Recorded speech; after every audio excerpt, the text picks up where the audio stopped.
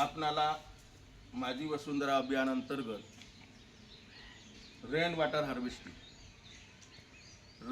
Harvesting म्हणजे पावसाळ्याचं पाणी जमिनीत मुरवी, त्याचे वेगवेगळे प्रकार आहेत, विविध प्रकार आहेत.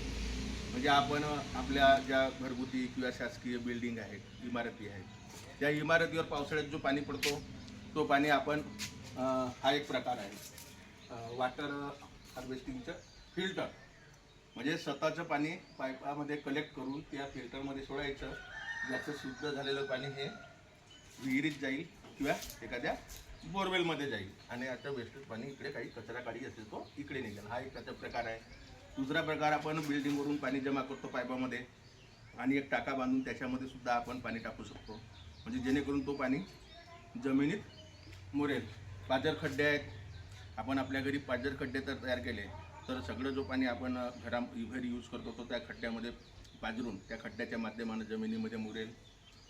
स्वच्छ खड्डे आहेत, तुमचे मॅजिक पीट आहेत, किंवा असं जर एखादं क्रीडांगण असलं त्या ठिकाणी ज्या बाजूला उतार आहे त्या ठिकाणी सुद्धा आपल्याला एक छोटं विहिरीसारखं गड्डा करून त्या ठिकाणी सगळं पाणी, हा ग्राउंडचं पाणी एका ठिकाणी जमा करून ते आपण त्या ठिकाणी मुरवू शकतो. असे विविध प्रकारच्या माध्यमातून आपल्याला रेन वॉटर हार्वेस्टिंग करायचं आहे, जेणेकरून आपल्या जमिनीमधील जे पाण्याची पातळी आहे ती पातळी आपल्या येणाऱ्या पिढीसाठी ती टिकून राहावी आणि आपल्याला भविष्यामध्ये पाण्यासाठी वणवण भटकू नये.